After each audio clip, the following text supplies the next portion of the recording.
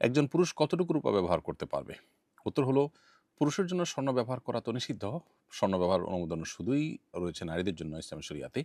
আর পুরুষরা রূপা ব্যবহার করতে পারবেন সেটাও রূপার আংটি সর্বোচ্চ ৩.৩৭৪ গ্রাম পর্যন্ত, অর্থাৎ ৪ গ্রামের নিচে। তাহলে এতটুকু যদি হয় তাহলে সেটা তিনি ব্যবহার করতে পারবেন। এর বেশি যদি হয় তাহলে শরিয়া দৃষ্টিকোণ থেকে সেটাও ব্যবহার করা একজন পুরুষের জন্য জায়েজ হবে না। মূলত সাজসজ্জা এবং অলংকার ব্যবহারের এই অনুমোদনটা শরিয়া মেয়েদের জন্য রেখেছে। পুরুষের জন্য কারোর দাঁত অথবা কারোর আংটি এটি রূপার বাঁধতে হলো, ব্যবহার করতে হলো, সেক্ষেত্রে শরিয়া সীমানা নির্ধারণ করে দিয়েছে যে এতটুকু করা যাবে ৩.৩৭৪। এর মধ্যে যদি হয় সেটি ব্যবহার করা যাবে পুরুষের জন্য, আর এর বেশি হলে পুরুষ সেটি ব্যবহার করতে পারবেন না। আমার মা বেশিরভাগ সময় নানু বাড়ি থাকেন। বাবা রাগে মাকে বলেছেন, তুমি আমাদের বাড়িতে আসলে যেন তোমার সন্তানের মরা মুখ দেখো। এখন আমার ভয় হচ্ছে বাবার এ কথার কারণে কি আমার কোনো ক্ষতি হবে কিনা।